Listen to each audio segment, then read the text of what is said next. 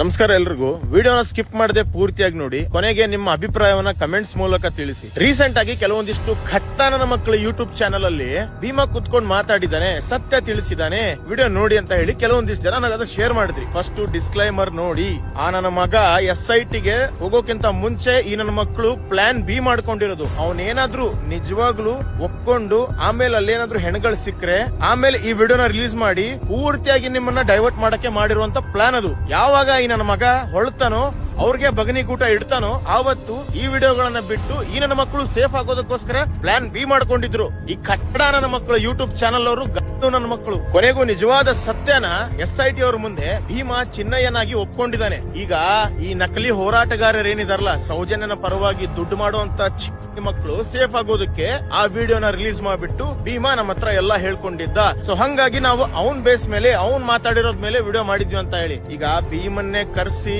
Plan ಮಾಡಿ ವಿಡಿಯೋನ ಮಾಡಿಸಿ ಇಟ್ಕೊಂಡು ಆಮೇಲೆ ಇವನ್ನ ಧರ್ಮಸ್ಥಳಕ್ಕೆ ಬಿಡ್ತಾರೆ.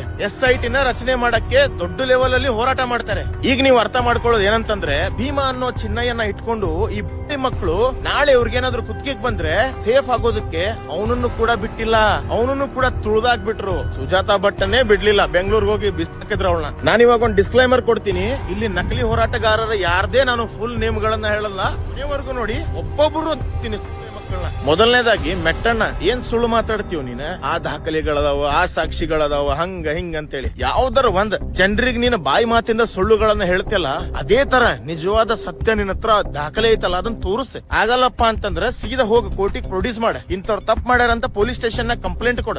ಧರ್ಮಾಧಿಕಾರಿ ಅವರನ್ನ ನಕಲಿ ದೇವಮಾನವ ಅಂತ ಹೇಳ್ತಿ. ಈಗ ನೀ ನಕಲಿ ಹೋರಾಟಗಾರ ಅಂತೇಳಿ ಕರ್ನಾಟಕದ ಜನರಿಗೆ ತಿಳಿಯಾಕತ್ತೈತಲ್ಲ, ಇಷ್ಟೆಲ್ಲ ಕೋಟಿಗಟ್ಲೆ ಆಸ್ತಿ ಮಾಡಿಯಲ್ಲ, ನೀನೇನ್ ಬಿಸ್ನೆಸ್ ಮಾಡ್ತಿ? ಏನ್ ಪ್ರೂಫ್ ಐತಿ? ಇಷ್ಟು ಕೋಟಿಗಟ್ಲೆ ರೆಸಾರ್ಟ್, ಆಸ್ತಿ, ಮನಿ, ಹೋರಾಟ ಮಾಡಕ್ ಇಷ್ಟೆಲ್ಲ ರೊಕ್ಕ ಎಲ್ಲಿಂದ ಬಂತ? ನಕಲಿ ಹೋರಾಟಗಾರ ಆನ್ಸರ್ ಕೊಡು.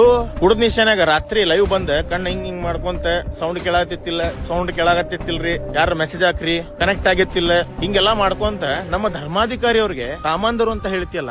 ನಾಚಿಗೇಡಿ ಮಗನ ಸೌಜನ್ಯ ತಾಯಿ ತೀರ್ಕೊಂಡ ಮೇಲೂ ಕೂಡ ಅವಳ ಹೆಸರನ್ನ ಹೇಳ್ಕೊಂಡು ಇಷ್ಟ ವರ್ಷ ಜೀವನ ಮಾಡಿದ್ರಿ, ಹೊಟ್ಟಿ ತುಂಬಿಸ್ಕೊಂಡ್ರಿ. ರೊಕ್ಕ ಬಂತು, ಅದ ರೊಕ್ಕ ಇನ್ನೊಬ್ಬರಿಗೆ ಸುಜಾತ ಅನ್ನೋರ್ಗ ರೊಕ್ಕ ಕೊಟ್ಟು ಅವ್ರ ಕಡೆಯಿಂದ ಫೇಕ್ ಆಗಿ ಹೇಳ್ಸಕ್ ಟ್ರೈ ಮಾಡಿದ್ರಿ. ಇನ್ ಅವ್ರಗ ಅಷ್ಟ್ ರೊಕ್ಕ ಕೊಡ್ತೀರಿ, ಅವ್ರಗ ಇಂಥವ್ರ ರೊಕ್ಕ ಮಾಡಿಸ್ತೀರಿ ಅಂತಂದ್ರ ನಿಮ್ ಕಡೆ ಎಷ್ಟು ರೊಕ್ಕ ಬಂದಿರಬಹುದು, ನಿಮ್ಗೆ ಇಷ್ಟೆಲ್ಲ ರೊಕ್ಕ ಹೆಂಗ್ ಕೊಟ್ರು ಅನ್ನೋದ್ ನನಗೂ ಕೂಡ ಈಗ ತಿಳ್ಕೊಳಕತ್ತೀನಿ. ನೀವಲ್ಲನ ಒಂದು ಸೌಜನ್ಯ ತಾಯಿಯ ಹೆಸರನ್ನ ಹೇಳ್ಕೊಂಡು ಇಷ್ಟೆಲ್ಲಾ ಮಾಡಿದ್ರಲ್ಲ, ಒಂದು ಹೆಣ್ಣಿನ ಮಾನ ತೆಗೆಯೋದು ಇದು ಕೂಡ ಕಾಮುಕ ಕೆಲಸನ. ನಿನ್ನ ಯಾಕೆ ಇನ್ನು ಪೊಲೀಸ್ ಅವ್ರು ಹಂಗ ಬಿಟ್ರ ಅನ್ಕೊಂಡಿ ಪೊಲೀಸ್ ಸ್ಟೇಷನ್ ಹೋಗಿ ನಂಗೆ ಅರೆಸ್ಟ್ ಮಾಡ್ರಿ ಮಾಡಂಗಿಲ್ಲ. ನಿಂದು ಪಿನ್ ಟು ಪಿನ್ ಎಲ್ಲಾ ತೆಗಿಸ್ತಾರೆ. ನೀನು ಸರೌಂಡ್ ಒಂದ್ ಗಿರಿ ಹಾಕ್ತಾರೆ, ಎಲ್ಲಿನೂ ತಪ್ಪಿಸ್ಕೋಬಾರ ನೀ ಜೀವನ ಪರ್ಯಂತ. ಹಂಗ ಲಾಕ್ ಮಾಡ್ತಾರೆ. ಬಂದರು ಬಾವ ಬಂದರು ಅಂತ ಹೇಳಿ ತಗೊಂಡೋಗಿ ಬಗುನಿಗೂಟ ಇಟ್ಟ ಕುಂದ್ರಸ್ತಾರ ಮೂಲ್ಯಾಗ.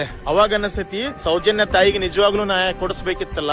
ಸೌಜನ್ಯ ತಾಯಿ ಹೆಸರು ಹೇಳ್ಕೊಂಡು ನಾವು ಜನರಿಗೆ ದಿಕ್ಕು ತಪ್ಪಿಸಿದ್ವಿ, ಸೌಜನ್ಯ ತಾಯಿಯ ಹೆಸರು ಹೇಳ್ಕೊಂಡು ನಾವು ಜನರಿಗೆ ಮಂಗ ಮಾಡಿದ್ವಿ ಅಂತ ಅನಿಸ್ತೈತಿ. ನೆಕ್ಸ್ಟ್ ತಿಮ್ಮರೋಡಿ, ಇದೊಂದು ಊರ ಹೆಸರು, ಮಗನ ಹೆಸರು ಅಲ್ಲ. ನಮ್ಮ ಧರ್ಮಾಧಿಕಾರಿ ಅವರಿಗೆ ಸುಮಗ ಬೋಮಗ ಅಂತ ಬೈತಾನಲ್ಲ, ಅದಕ್ಕೋಸ್ಕರ ರೀಪ್ಲೇ ಕೊಟ್ಟೆ. ಅವ್ರನ್ನ ಅಷ್ಟು ಕೆಟ್ಟದಾಗಿ ಮಾತಾಡುವಂತ ನೀನು ಸೌಜನ್ಯನ ಹೆಸರು ಹೇಳ್ಕೊಂಡು ಇಷ್ಟೆಲ್ಲ ಪ್ರೀ ಪ್ಲಾನ್ ಮಾಡಿ ನಕಲಿ ಹೋರಾಟವನ್ನ ಮಾಡಿದೀಯಲ್ಲ.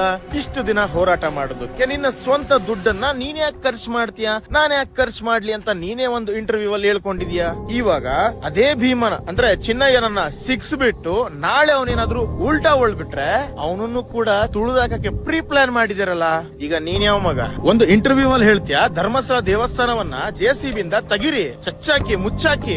ಒಬ್ಬನೇ ಒಬ್ಬ ನಮ್ಮ ಕರ್ನಾಟಕದಲ್ಲಿ ಯೋಗಿ ಆದಿತ್ಯನಾಥ್ ತರ ಇವತ್ತೇನಾದ್ರೂ CM ಇದ್ದಿದ್ರೆ ನಿನ್ನ ಕೋಟಿ ಬಂಗಲೆ ಮನೆ, ನಿನ್ನ ಮನೆ ಬಾತ್ರೂಮು ಕೂಡ ಇವತ್ತು ಮಣ್ಣಾಗಿ ಹೋಗಿರೋದು. ಅಷ್ಟು ದೂರ ಬೇಡ, ನಮ್ಮ ಕರ್ನಾಟಕದಲ್ಲಿ ಒಬ್ಬನೇ ಒಬ್ಬ ಲಾರೆನ್ಸ್ ಇದ್ದಿದ್ರೆ ಸೌಜನ್ಯಗೆ ನ್ಯಾಯ ಸಿಕ್ತಿತ್ತು. ನಿಜವಾಗ್ಲೂ ತಪ್ಪಿತಸ್ಥರು ಯಾರು ಅಂತ ಹೇಳಿ ಯಾವಾಗ್ಲೂ ಗೊತ್ತಾಗಿರೋದು. ಆ ತಪ್ಪಿತಸ್ಥರು ಈ ನಕಲಿ ಹೋರಾಟಗಾರರಲ್ಲೂ ಇರಬಹುದು, ನಮ್ಮ ಕರ್ನಾಟಕದ ಜನರಲ್ಲೂ ಇರಬಹುದು. ಅವನು ಯಾವಾಗ್ಲೂ ಒಪ್ಕೊಳ್ತಿದ್ದ. ಒಪ್ಕೊಳ್ಳೋದಕ್ಕಿಂತ ಹೆಚ್ಚಾಗಿ ಅವನು ಯಾವಾಗ್ಲೂ ಶಿವನ್ ಪಾದ ಸೇರಿರೋನು. ತಮ್ಮ ನಿಂತರ ಒಬ್ಬ ಧರ್ಮಾಧಿಕಾರಿ ಅವ್ರಿಗೆ ಷಡ್ಯಂತ್ರ ನಡೆಸಿ ಅವ್ರಿಗೆ ಧಕ್ಕೆ ಮಾಡಿ ಆ ದೇವಸ್ಥಾನವನ್ನ ಮುಚ್ಚಾಕ್ಬೇಕು. ಅಲ್ಲಿ ಅಣ್ಣಪ್ಪ ಸ್ವಾಮಿ ಇಲ್ಲ, ಮಂಜುನಾಥ ಸ್ವಾಮಿ ಇಲ್ಲ, ಅಣ್ಣಪ್ಪಗೆ ಮಂಜುನಾಥಗೆ ಕೈ ಮುಗಿಯೋದು ವೇಸ್ಟ್ ಅಂತ ಹೇಳಿ ಸೌಜನ್ಯಗೆ ನ್ಯಾಯ ಕೊಡಿಸ್ಬೇಕು ಅಂತ ಬೀದಿಗೆ ಬಂದು ಹೋರಾಟ ಮಾಡಿದವ್ರು ನಾವಲ್ಲ. ಸೌಜನ್ಯಗೆ ನ್ಯಾಯ ಸಿಗ್ಬೇಕು ಅಂತ ನಾವು ಹೋರಾಟ ಮಾಡ್ತೀವಿ. ಆ ಹೋರಾಟದ ವಿರುದ್ಧ ದೇವರು ಬಂದ್ರು ಕೂಡ ಎದುರು ನಿಂತ್ಕೊಳ್ತೀವಿ. ಆದ್ರೆ ಅದೇ ದೇವರಿಗೆ ಧಕ್ಕೆ ಮಾಡುವಷ್ಟು ನೀಚ ನನ್ನ ಮಕ್ಕಳು ನಾವಲ್ಲ. ನೆಕ್ಸ್ಟ್ ಸಮೀರ್, ನಾಚಿಕೆ ಆಗ್ಬೇಕು ನಿಂಗ್ ಜನ್ಮಕ್ಕೆ. ಮತ್ತೆ ಗಾಂಡುಗಳ ಆಟ ಶುರು ಮಾಡಿದ್ಯಲ್ಲ, ಕಾಪಿರೈಟ್ಸ್ ರಿಪೋರ್ಟ್ ಗಂಡಸ್ತರ ವಿಡಿಯೋಗಳಲ್ಲಿ ವಾವ್ ಹಂಗೆ ಹಿಂಗೆ ಅವನ ಅಮ್ಮನ್ ಭೋಜನಕ್ಕೆ ನೀನಿಂತ ಗಾಂಡುಗಳ ಆಟ ಆಡ್ತೀಯ ಅಂತಾನೆ ನಿಂದು ಮುಂಚೆಯಿಂದ ಯಾವುದೇ ವಿಡಿಯೋ ಕ್ಲಿಪ್ಸ್ ಗಳನ್ನ ನಾನು ಯೂಸ್ ಮಾಡ್ಲಿಲ್ಲ. ನಿಮ್ಮ ಸಮೀರ್ ಎದುರಾಳಿನ ಎದುರ್ಸಕ್ಕಾಗ್ದೆ, ಮಾತಲ್ಲಿ ಸೋಲ್ಸಕ್ಕಾಗ್ದೆ, ಕಾಪಿರೈಟ್ಸ್ ರಿಪೋರ್ಟ್ ನನ್ನ ಮಕ್ಕಳ ತರ ನೀನ್ ಎಂತ ಖಚಿತ ನನ್ನ ಮಗಲಿ ಎದುರಾಕೋಬೇಕ ಮಾತೊಳಗ. ನಮ್ಮ ಧರ್ಮಾಧಿಕಾರಿ ಅವ್ರಗ ಅಷ್ಟು ಡೇರಿಂಗ್ ಇಂದ ಯಾವನೋ ಒಬ್ನ ಕತಿ ಹೇಳ್ದ ಅಂತೇಳಿ ನಂಬಿ ಯಾವುದೇ ದಾಖಲೆಗಳಿಲ್ದ ವೀರೇಂದ್ರ ಜೈನ್ರಿಗೂ ನಿಂದಿಸಕ್ಕೆ ಶುರು ಮಾಡ್ದಿ. ಇನ್ನು ಅವ್ರು ಬಿಡ್ತಾರಲ್ಲೇ ಜೈನ್ರ ಮಂದಿ ಬಾಯಾಗ ಬಗನಿಗೂ ಇಟ್ಟು ಹೊಡಿತಾರ ನಿನಗ ಮಗನ ಸಿಕ್ಕಿ ಅಂದ್ರ ಒಬ್ನ. ಸಮೀರ 3-4 ವಿಡಿಯೋಗಳನ್ನ ಮಾಡಿ ಜನರಿಗೆ ಮೈಂಡ್ ವಾಶ್ ಮಾಡಿ ಯಾವುದೇ ದಾಖಲೆಗಳನ್ನ ತೋರಿಸದೆ ನಮ್ಮ ಧರ್ಮ ಕ್ಷೇತ್ರಕ್ಕೆ ನೀನ್ ಧಕ್ಕೆ ಮಾಡಿ ಇಷ್ಟೊಂದು ಸೊಕ್ಕು ನಿನ್ನ ಮೈ ತುಂಬಿಕೊಂಡೈತಲ್ಲ, ಇಷ್ಟೊಂದು ಆಟಿಟ್ಯೂಡ್, ಚಸ್ಮಾ ಹಾಕೊಂಡ್ ಕೈಯಾಗ ಪೇಪರ್ ಹಿಡ್ಕೊಂಡ್ ನಡ್ಕೊಂಡ್ ಹೋಗ್ತಿ ಒಂದ್ ಆಫೀಸ್ ಮುಂದೆ ಬೊಸ್ಕೆ ನಿನ್ಗೆ ಎಷ್ಟು ಸೊಕ್ಕೈತಲ್ಲ ಅದಕ್ಕಿಂತ 1000 ಪಟ್ಟ ಜಿಗಿಟ ನನ್ನ ಮೈ ಆಗೈತಿ. ಅವಾಗಿಂದ ಹಿಡ್ದು ಇಲ್ಲಿವರೆಗೂ ನಿನಗ್ ಬಿಟ್ಟಿಲ್ಲ ಅಂದ್ರೆ ತಿಳ್ಕೋ ಚಾಲಿ ಮಗನ, ನನ್ನ ಮುಂದೆ ಸಿಕ್ಕ್ರಿ ನೀ ಹೆಂಗ್ ಹಣ್ಣ ಗುಣ್ಣಿ ಆಗ್ತಿ ಅಂತ ಹೇಳಿ. ಯಾಕೆ ಗೊತ್ತಾನ, ನನ್ನ ಧರ್ಮ ಕ್ಷೇತ್ರ ಅಲ್ಲಿ ಅದ ಹೊರ ದೇಶದಾಗ ಹೊರ ರಾಜ್ಯದಾಗ ಹೆಂಗೆಲ್ಲಾ ಮಾಡಿಟ್ಟಿ ಅನ್ನೋದ್ ನೀ ಇಂಚಿಂಚಾಗಿ ನೋಡಿನಿ. ಹಂಗ ದೇರ್ದ ಬಿಡ್ತೀನಿ ನಾನು, ಬೇಡ ಮಾತಾ ಇಲ್ಲ ನಿನಗ. ಮೊನ್ನೆ ಬೆಂಗಳೂರದಾಗ ಸಮಾವೇಶ ಅಂತ ನಡೀತ ಫ್ರೀಡಂ ಪಾರ್ಕ್ ಒಳಗ. ಅದೆಷ್ಟೋ ಮುಸ್ಲಿಂ ಹೆಣ್ಮಕ್ಳು ಅಲ್ಲಿ ಬಂದು ಧರ್ಮಾಧಿಕಾರಿ ಅವ್ರಿಗೆ ಸಪೋರ್ಟ್ ಮಾಡಿದಾರೆ. ಯಾಕೆ ಗೊತ್ತಾ, ಈಗಲೂ ಕೂಡ ನಮ್ ಕರ್ನಾಟಕದೊಳಗ ಯಾವುದೇ ಜಾತಿ ಧರ್ಮ ನೋಡದೆ ಅದೆಷ್ಟೋ ಹೆಣ್ಣು ಮಕ್ಕಳಿಗೆ ಸಹಾಯ ಮಾಡ್ಯಾರ ಧರ್ಮಾಧಿಕಾರಿ ಅವರು. ಅವ್ರನ್ನ ಇಂತ ಅಪವಾದ ಹಾಕಿ ಇವರು ಎಲ್ಲಾ ಸೋಷಿಯಲ್ ಮೀಡಿಯಾದಾಗ ಕೆಟ್ಟದಾಗಿ ನಿಂದಿಸಿದ್ರಲ್ಲ, ಕೆಟ್ಟದಾಗಿ ಮಾತಾಡಿದ್ರಲ್ಲ. ಈಗ ನಾನು ನಮ್ಮ ಕರ್ನಾಟಕದ ಎಲ್ಲಾ ಮುಸ್ಲಿಂ ಬಾಂಧವರಿಗೆ ಒಂದು ಮಾತು ಹೇಳೋದಕ್ಕೆ ಇಷ್ಟಪಡ್ತೀನಿ. ಈಗಲೂ ಕೂಡ ಕರ್ನಾಟಕದ ಎಲ್ಲೆಲ್ಲೋ ಯಾವ್ದಾವ್ದೋ ಊರುಗಳಲ್ಲಿ ಅದೆಷ್ಟೋ ಮುಸ್ಲಿಂ ಮಹಿಳೆಯರು ಆ ಧರ್ಮಸ್ಥಳ ಸಂಘದಾಗ ಸಾಲ ತಗೊಂಡ ತಮ್ಮ ಕಷ್ಟಗಳನ್ನ ನಿವಾರಣೆ ಮಾಡ್ಕೊಳ್ಳೋದಕ್ಕೆ, ತಮ್ಮ ಮಕ್ಕಳ ಭವಿಷ್ಯಕ್ಕೋಸ್ಕರ ಕಾಲೇಜು ಫೀಸು ಏನೇನೋ ಒಂದು ಕಷ್ಟಗಳ ನಿವಾರಣೆ ಮಾಡ್ಕೊಳ್ಳೋದಕ್ಕೆ ವಾಪಸ್ ಕೊಟ್ಟಾರಿಲ್ಲ ಅಂತ ಅಲ್ಲ, ಚಿಕ್ಕ ಚಿಕ್ಕದಾಗಿ ಹಂತ ಹಂತವಾಗಿ ಕೊಟ್ಟಿಲ್ಲ ಅಂತಂದ ಯಾರು ಬಂದು ನಿಮ್ಮ ಮನೆಗೆ ಕೊರಳು ಪಟ್ಟಿ ಹಿಡಿದಿಲ್ಲ. ನೀವು ಸಾಲವನ್ನ ಪಡೆಯೋಕ್ಕಿಂತ ಮುಂಚೆ ಯಾವ್ದೋ ಒಂದು ಬ್ಯಾಂಕ್ನಾಗ ಸೆಕ್ಯೂರಿಟಿ ಇಡ್ರಿ ಅಂತ ಹೇಳ್ತಾರೆ. 5 ಲಕ್ಷ 3 ಲಕ್ಷ 2 ಲಕ್ಷ 1 ಲಕ್ಷ ಅಂತ ಹೇಳಿ ಹಿಂಗೆಲ್ಲ ಡೆವಲಪ್ ಮಾಡ್ಕೊಂಡು ಹೋಗ್ತಾರೆ. ನಿಮ್ಗೆ ಹಂತ ಹಂತವಾಗಿ ಸಾಲಗಳನ್ನ ಕೊಡ್ತಾರೆ. ಯಾರು? ನಮ್ಮ ಧರ್ಮಾಧಿಕಾರಿಯವರು. ನಿಮ್ಮ ಮನಿ ಪೇಪರ್ಸ್ ಇಡ್ರಿ, ನಿಮ್ಮ ಗಾಡಿ ಇಡ್ರಿ, ಬಂಗಾರ ಇಡ್ರಿ ಅಂತ ಯಾವತ್ತೂ ಕೂಡ ಧರ್ಮಾಧಿಕಾರಿಯವರು ಕೇಳಿಲ್ಲ.